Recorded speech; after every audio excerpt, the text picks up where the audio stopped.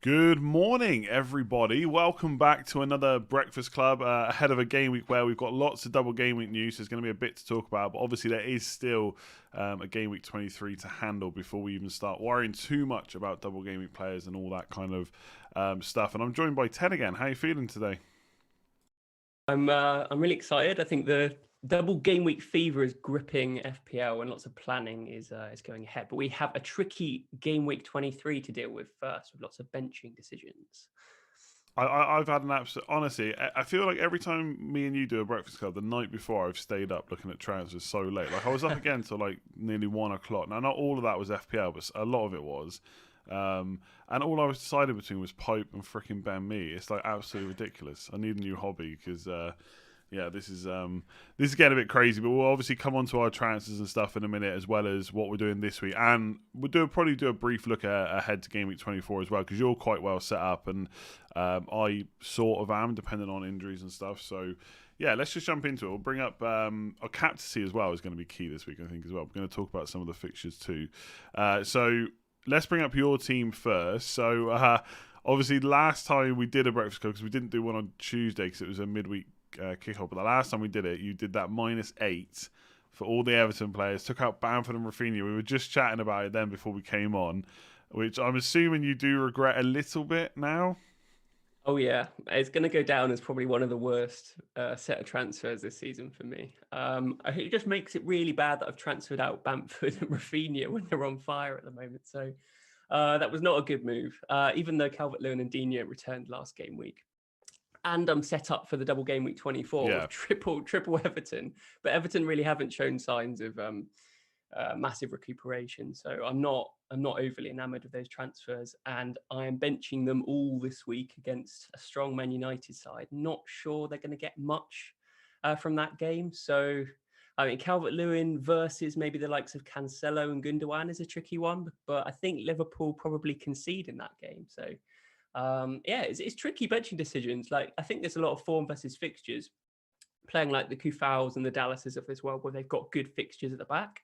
So, oh yeah, and of course Adams. I haven't played him for ages, and he's got Newcastle away. So, like whether he just wakes up and suddenly scores for me is another matter. McCarthy in goal as well. So, yeah, difficult. But I've gone for Antonio captain, which I think is for me a stats guy pretty good on paper. I think he's got the best XGI in the league. He's got Fulham away, West Ham in great form.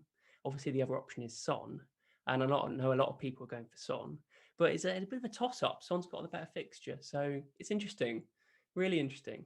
yeah, it's gonna be. Yeah, interesting is probably the right way to describe it, because right now I couldn't even tell. Well, I expect it'll be Bruno Fernandes, but I'm thinking about like what effective ownership and stuff will be on players. I'm not really, not to affect my decisions, but just thinking about what will come about when the deadline hits at 11. Because obviously Son would have been so popular had this been a few weeks ago, this fixture. Obviously now not so much, and he almost feels like a bit of a differential. And Tony, though, has definitely gone up and up and up and up in terms of captaincy, so his effective ownership will be quite high. I don't know if it will hit 100, although I imagine he's been quite highly transferred in this week. So yeah, it'd be interesting to see. On your team, though, you obviously this week is tricky because you're having to bench all three of those Everton players, and I don't. I've got Man United defenders, so have you. I think a clean sheet potential is there, but I think it will be difficult. But next week, then you've got 3 Everton, you've got 2 City, and then even for the week after, you've got Leeds and 2 Southampton. So you're quite well set up. But there, like, have you're saving a transfer, are you, this week? You haven't made one already. Yeah, I'm rolling the transfer because I think next week after the FA Cup games, we're going to get loads more information about double game week 26 and blank game week 29. So I think having 2 transfers in the bank ahead of game week 25 will be useful to plan ahead. So yeah, I've got triple Everton for 24, double City. So one of the transfers next week will be bringing in a City player. Haven't quite decided who that is, whether it's a Sterling or whether it's a Diaz, attack or defense. I'd really love to get KDB back in, but I don't think he's going to be fit in time, sadly. But it is what it is. And I think probably for the Leeds Southampton game, I'll probably just get Bamford back in or something and just correct the mistake or something like that. That means you'd have to sell Antonio then. Yeah, I know it's a really tricky one, but I think the fixtures flip quite nicely for Antonio. I think he's got Fulham and Sheffield United next two, and then his fixtures get quite tough after that in game week 25. So I might not feel too bad selling him, even though he's a cracking player right now. I think it's big hopes for Antonio this game week because he's got 3 assists in the last 3 games, I think it is. So he's due a goal. I think he's clocking up some good goal to XG numbers. So if Tyrone Mings hadn't cleared that ball from the goal line, oh my God, I had him captain last week as well. So I was absolutely fantastically pleased with his 2 assists, but what could have been if he got a goal? Yeah, exactly. Yeah, and you obviously would have scoped up the 3 bonus points as well then, and he got that almost certainly. Like, yeah, I think you're right. I'm in a very similar position next week where I've got Chris Wood, who potentially, if he's fit, has got a double game week. Antonio and Bamford. So obviously I'm going to keep Bamford for 25. Ideally, I want to keep Chris Wood. So then I have a similar debate. Do I keep Antonio for Sheffield United at home, or do I just get Calvert-Lewin, who everyone it will feel like he's going to own? So yeah, that's going to be a tough decision. But I'm going to wait till... I'm like you. I've got 2 free transfers this week. I've just made 1 because I think rolling the transfer into next week is just so big. That's what I want to do. So we're going to come on to the captaincy discussion in a second. I'll bring up my team first before we get there, because I've got the same players as you, Antonio and Son, and obviously Fernandes is a contender too. And I've got Bamford, who also I think is a pretty good pick this week. Although, to be honest, in terms of captaincy, he'd be like 4th on my list. So I'm not really considering him, but I do think he's a good option in general. I've made 1 transfer. Like I said, that I was staying up until like gone midnight to decide. It was basically De Gea to Pope or Holding to me, and I was looking through on the transfer planner on Live FPL to how the team would look in future weeks, and I've given myself such a headache now, because when I get to game week 24 next week, my team just looks ridiculous already, and that's even without putting any more double game week players in. So like I might have to bench so far against Sheffield United, which seems crazy. But I'll have Wan-Bissaka and De Gea against West Brom, Ben Mee with a double, Cancelo with a double, Stones with a double. So it gets a bit crazy. It's a nice problem to have, isn't it? Yeah, You'd rather have that one. Yeah. But I think basically the reason I've done that, I won't go into the full details because no one will be able to follow along with my thinking. But essentially, going for me instead of Pope probably leaves a bit of a better option if next week I decide that I want to get Sterling. Which I'm not saying I definitely will, because it would be, with no wild card, to transfer one City player out and get another one would be quite a big move, considering I've then got not many transfers to figure out 26 and 25. But I want to leave that option open where I take out Stones and get another Burnley defender, so go double Burnley defence, and do Son, who's playing Man City, to Sterling. Because I like it. Yeah, because I don't think many people are going to captain Sterling next week. And I feel like it's a potential for a big differential. Most people are going to go Pope, me, Gundogan, and I think that's about it. I don't think Sterling's going to be that high up, because no one can get to him that easy, right? I like it. I think the double Burnley defence is going to be a bit of a differential, and a double Man United defence has been working well for you in past weeks, hasn't it? But I think the big thing with City is that a lot of people are doubled up on City defence, and they've had like loads of good fixtures over the last maybe 12 game weeks, and they've just had such good clean sheet stats. But they haven't been tested too much by too difficult opposition. Whereas now their fixtures change quite rapidly, so I think they might concede 1 or 2 here or there, and the attacking players might get more joy. So I really like that Sterling move. For me, I was considering him as well, but I need to sacrifice another premium in my side to bring him in. So who do we sacrifice? Do we sacrifice Salah, Fernandes, Son? Who is it going to be? It's going to be difficult. We don't. Sorry, go on. Yeah, sorry, that's what I was going to say. So for me, it would probably be Son, just because he plays Man City. But then the problem is, how do I get Son back in for 26? So this is why it's such a tricky conundrum. But if I think that Sterling is the best captain next week, and at the same time he's a bit of a differential, it's kind of like two things. Like, I don't want to. I was chatting to Mark on stream the other day. Like, I don't want to search for differentials for the sake of it. But if you get that combined thing where they probably are the best, or up there with the best, and they're different, then that's quite big, I think, for a double game week, especially. The only worry is, like, a bit like maybe I've got slight concerns over Stones now with Laporte back, is will Sterling play both games in all these double game weeks that are coming? And arguably he probably won't. So it is, Well, it is it's a bit of a risk. 50-50, isn't it? Yeah. 50-50. Because, I mean, Man City do have their injury issues with KDB especially. The rotation is rife, of course. But Sterling, I think he's still classed as a key player in Yeah. Pep's eyes. So I think he might play both, if not at least limited minutes in both. So, yeah, I'm eyeing up that move as well. Possibly for a sacrifice of Salah, which is a bit controversial. Yeah, I know. I will honestly. I will consider that too next week because Salah won't be my captain now for a good few weeks. So as much as he can punish, absolutely. I just think once you take the captaincy out of it, it's just less of a worry. Like if Salah's got like Fulham, West Brom, Palace, like a couple of those fixtures in the next 2 or 3, it's a bit different. But I don't see Salah being, especially if there's double game weeks in 27. I don't see Salah being captain the whole way through, and potentially no, sorry, not even in 25 now because of the Leeds double. So it's less of a worry, I think. So I don't think that's as crazy as it sounds. What I do think is crazy is people looking to bench Salah this week. I can't believe that's even a discussion. Like, how good must your team be where you bench the best FPL asset for the last 4 years? Yeah, I can see, I mean, I can see the sort of the logic in, oh yeah, he's blanked here and there, blah, blah, blah. But you just can't bench a premium attacking asset in, even if it is a big game. He could easily get something. All he needs is one chance and he can score. So I think I would favour like just benching a defensive asset, even if they've got a good fixture over Salah. Always play the attacking player. That's the philosophy, isn't it? So, yeah, and I think it's Liverpool's hardest game of the season, but it's also Man City's hardest game of the season as well. So as good as they have been, and they have been brilliant, right? No one, I don't think either of us are going to sit here and say 100% City cannot get a clean sheet this week because of course they can, but it's away at Anfield. I know the fans aren't there, so it's obviously not such a difference maker. But Mane's back in training. I think if there's any way Klopp can get him on the field, he's playing, and that is just going to change Liverpool. And it's just one goal. That's all. Whether it's Salah or not, that's the reason I'm benching Stones. They only have to score once for Stones to not be an option. So I'm going to bench him. I think he's third on my bench. John Stones. I think like what people miss is that Liverpool struggled to score goals against teams that have defended deep, like Brighton did last week, and they defended well. But Man City, they're going to want to come forward. They're going to leave gaps open behind potentially. So there's always going to be an open game unless both managers opt for a defensive strategy, which I really can't see happening. But there's always going to be gaps for both teams to score. So yeah, I think playing all of the attacking players that you've got in that game is absolutely fine.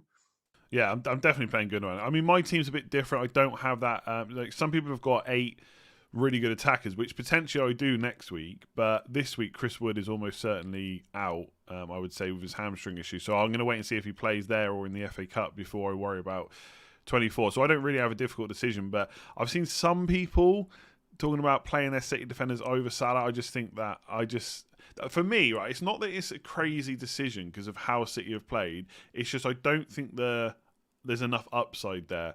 If Stones gets a clean sheet, okay, maybe he gets a few bonus because it could be a low-scoring game, and that's about it. But if Salah scores, then suddenly you've wiped your Stones points, and Salah scored the same anyway. And obviously, attackers have got the chance to go bigger as well. And no one's sitting there saying that Salah's going to get a hat-trick, obviously. But yeah, that whole situation seems crazy. So I'm benching Stones because for me, he is my... Like I've got Cancelo in. I'm kind of hedging my bets a little bit. I could play Wan-Bissaka instead of Cancelo and bench double City defence. It feels a little bit risky considering everyone's going to play at least one. And also that would mean doubling on Man United defence as well. Yeah, absolutely. So I'm spreading the risk a bit. Everton could get something. They could get one goal. So I think like hedging your bets as you're doing with one Man United, one City is perfectly acceptable. And Cancelo's the better option out of Stones and him anyway, unless he gets benched. I think there's talk of him playing on the left. Yeah, I think that's what's going to happen. Walker comes back in, so potentially, and he's actually, I think he's more threatening on the left, Cancelo, because he likes to take players on. He likes to dribble past them and then cut inside and shoot. So interesting. It's going to be a really tricky game week. Lots of difficult predictions ahead of us. So tell me about Son captain. Yeah. Why have you gone for that? So I was on him all along. The thing for me is like people are making lots of assumptions about Spurs without Kane based on some really tricky games. Right? They've just played Liverpool, Brighton, and Chelsea. Right now, weeks ago, even before Kane was injured, like I said that I probably wasn't going to get a Spurs player until 23 because of the Liverpool and Chelsea game. So I was already expecting no points in those games anyway. So that doesn't really surprise me that Son has blanked in there, with or without Kane. Brighton game may be a little bit different, but I think with Brighton we're starting to see that actually they're a pretty good defence, and the underlying numbers are starting to come through into performances now, right? So you go and check in the members area for shots in the box, they're super low. For expected goals conceded, they're super low. They're in the top 4 for both those metrics this season, which is mad, right? For Brighton, four clean sheets in 5 games. That's insane. Yeah, beating Spurs and Liverpool. Absolutely ridiculous. Yeah, so they're a bit crazy right now, Brian. So I don't really take too much into account for that game, but I will acknowledge Spurs looked awful, right? So I am acknowledging that, but I just think the fact that people are not going for him makes me want to go for him more, because it feels like he's a bit of a differential now. And in a week where, look, I could default to Fernandes, right? I think Fernandes is an easy option this week, like he always is. 9 double-digit hauls in 22 games is just absolutely insane. And arguably, we've talked about permanently captain Salah in previous seasons. Arguably, Fernandes could be up there, but I don't think recently his goal threat has been that high. So you may be back to relying on penalties, which again, Man United do get a lot of penalties, so it's not the worst thing. But for me, it's just a chance to go a bit different this week. And I know Son is still going to be highly captain because his ownership's still quite high, and it is a good fixture. But that is the best fixture this week, right? Anytime you have any player. So I want to target the fixture, but I do get why people are going Antonio, because he has the stats and the team is playing well, and Fulham are also, they're not as bad as West Brom, but they're still pretty bad. Exactly. Yeah. So I get the Antonio pick, but Son just feels a bit different now. Yeah, I think it's between those 3. I think Fernandes has also talked about whether he does worse when Pogba's in the team. And I mean, you could say that you backed up last time when Pogba wasn't in the team against Southampton, and then Fernandes got a haul. But he left it late, didn't he? So whether or not his output really decreases when Pogba plays is another matter, and whether that's just conjecture or not. But the numbers seem to back that up for some reason. So that sort of puts me off at captaining Fernandes. Plus, Everton probably aren't the pushovers that maybe people think. It's just their attacking stats, which are pretty poor. And Ancelotti might opt for playing Holgate and Godfrey, Mina and Keane, those 4 centre-backs, maybe with a Dina at left mid or whatever, like he did against Leicester. And he kept it pretty solid the whole game. So, yeah, Fernandes is a pretty decent pick just because of his his performance over the season. So I wouldn't begrudge anyone from going captain Fernandes, but I think just because of the fixtures, Son and Antonio for me are the better options. Son, West Brom, they were so bad against City. City just carved apart 5-0. And there's no reason why Spurs can't do that. I mean, there is speculation that Kane might be back from injury. I think it's a bit soon, but you just never really know with Mourinho. So if he's back, then Spurs could go to town on West Brom. But for me, I'm just hedging my bets, I think. Antonio with Jesse Lingard look really good. So I'm just going to go. Keep it simple. Hope he gets a goal finally against Fulham. Yeah, Antonio's a great pick this week. I wouldn't sometimes if Salah was playing West Brom or De Bruyne was playing West Brom, there probably wouldn't even be a conversation. It's just because obviously Spurs have been so poor, but also because Antonio is so good. I would not sit here and die on a hill saying that Antonio is a worse captain than Son, but yeah, I'm just going to play the fixture. I think the Kane thing, I've read the article. I think it's a little bit of a stretch, but it wouldn't be a surprise to see Kane rush himself back a bit too early. So we'll have to wait and see on that. But I just hope Mourinho changes something. Like Lamela, for example, starting. I think he looked. I don't want to say good because no one for Spurs looked good, but.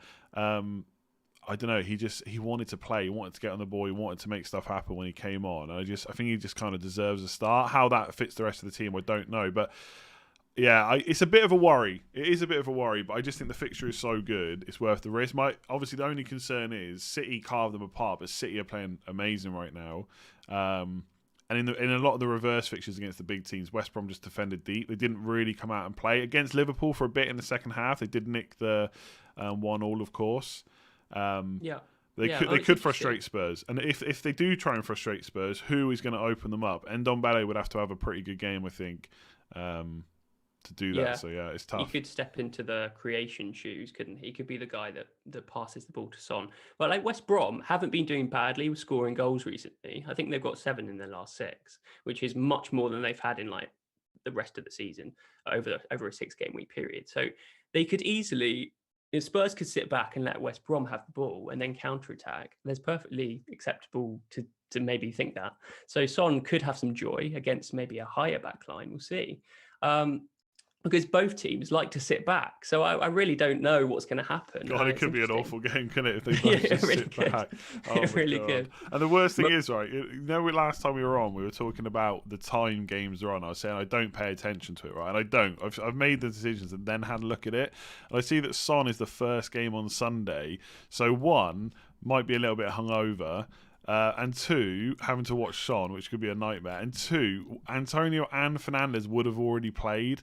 And so if they've gone big, then I just won't even want to watch that game. I'd just rather check after 2 hours the misery of Son. You could say the opposite though. You could say if Fernandes and Antonio both blanked, you could really look forward to that Son game. But yeah, I get your point. I think it would be a bit of a tough watch, to be honest, if Spurs come out like they have in the last couple of games. Mourinho's he's not. I don't think he's completely sure what he's doing with that team without Kane, because he keeps changing the lineup. He's brought Doherty in. He's brought Davis, Aurier, Sanchez. Bale played the first game as well, and then he got benched for the second one. Vinicius played.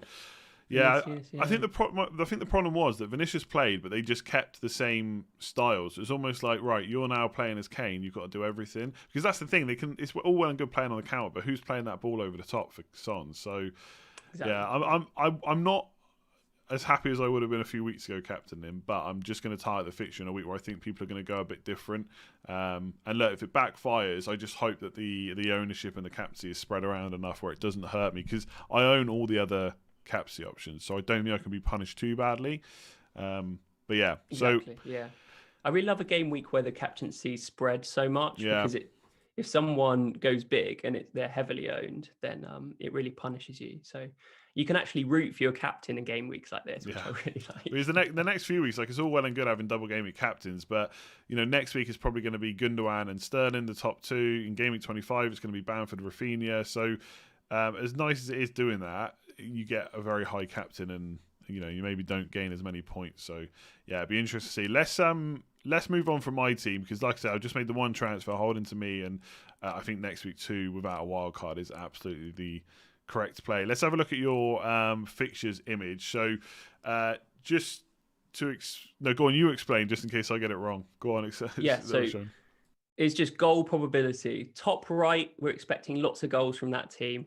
Bottom left, probably very unlikely that they're going to score. So West Ham probably closest to the top right, so we're expecting lots of goals from them. And Arsenal against Villa is surprising, because Villa have been a good team, but their defence has been a bit shaky recently. So they're expecting some goals from Arsenal. Obviously, they're playing with Runarsson in goal, so I'm not sure whether that's going to change anything with their 2 red cards last game week. I'm not sure whether that's going to change their confidence or not, but they've been in good form. So yeah, an Arsenal win is an interesting prediction. It could go either way for me, to be honest. The big game, obviously, Man City, Liverpool, bottom right, which is basically 2 really attacking teams against 2 good defences. So both of them are classed as that. So it's really difficult to call that game. I think probably City just edge it, which is painful to say as a Liverpool fan, but I wouldn't be surprised if it was like a 2-1, something like that. Newcastle and Brighton, probably a bit high on the graph. I think Southampton's expected goals conceded is a bit inflated from the Man United game, and Burnley's XGC is probably a bit inflated, judging by their last 6 fixtures have been Chelsea, Liverpool, City, Man United, West Ham and Villa. 6 are the most attacking teams, so it's probably a bit inflated.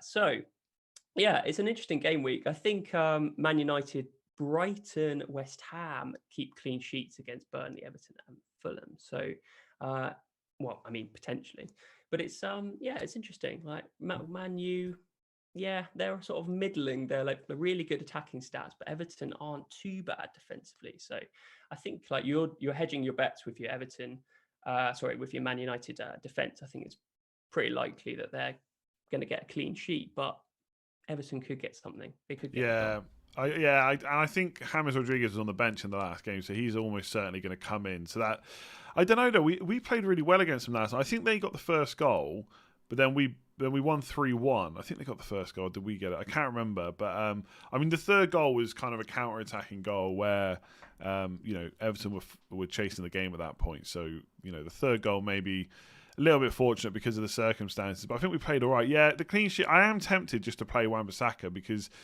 it's going to be a massive differential again, right? To Man United when no one else has got. Maybe some people have got one, obviously, but no one's got two, and a lot of people will play their City defender. So I could really go for it, but I don't know if there's enough upside. I don't know how confident I am. The one game on here, I'm not. There's a couple of games. Yeah, I think Burnley is interesting because they have had really tough games, but I don't think their numbers are.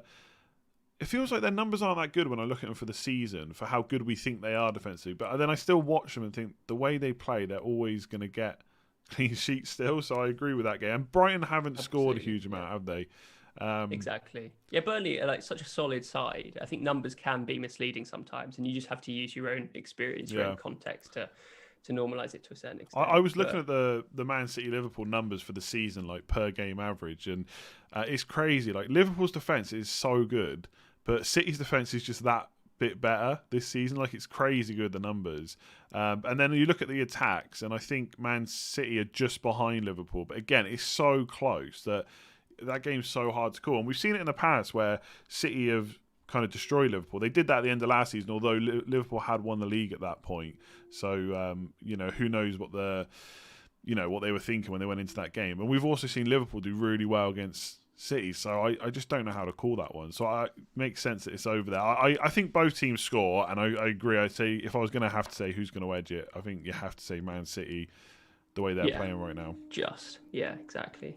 Well, I think the interesting one here is Spurs. Spurs up there at the top with West Brom if we ignore Newcastle. So they've got the best fixture this week, as it sort of we would have thought anyway. But West Brom below them.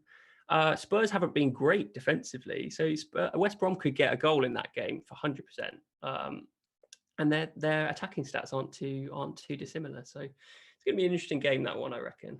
Spurs to concede. Might be a boring. Yeah, I don't even want to think about it anymore now. That's that Spurs game. It's already worrying me too much. But yeah, I mean, Spurs' attacking numbers as a team haven't been that great this year when you think about how many goals they've scored, but individually Son and Kane have been really good again. So they love to overperform, don't they? They love to overperform. The only one that I think might be a bit different to what the graph says, but then again, when I look at the numbers recently, Aston Villa have been conceding a lot of chances, and West Ham did carve them open quite a few times.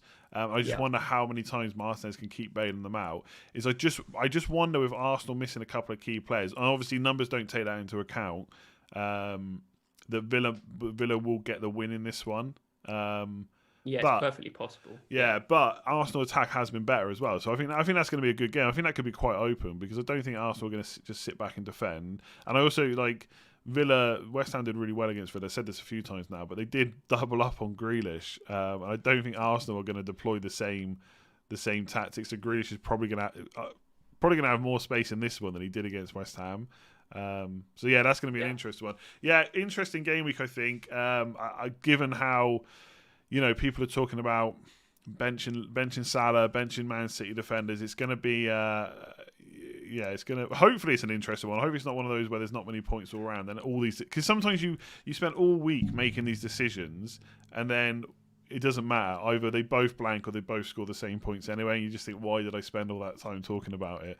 Mate, we all do it. We all do it. I laugh at you for staying up for an hour last night thinking about your Ben Mee move, but we've all done it. We've all stayed up, pondered, going, "Oh, he's going to rise in price. I need to make the move."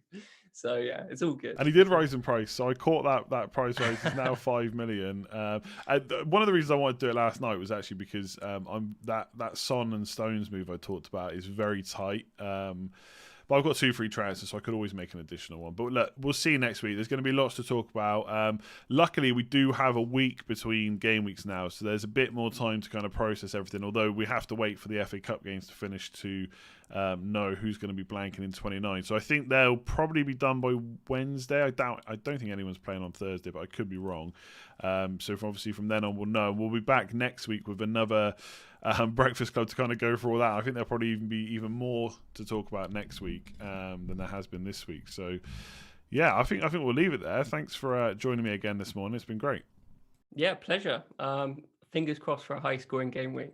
Yeah. And, come on, Andy, you can push it, mate. I'd love to see City Liverpool be high scoring. I think that would be really good. That would put the cat amongst the pigeons this week. I'm looking forward to that game for sure. Should be good.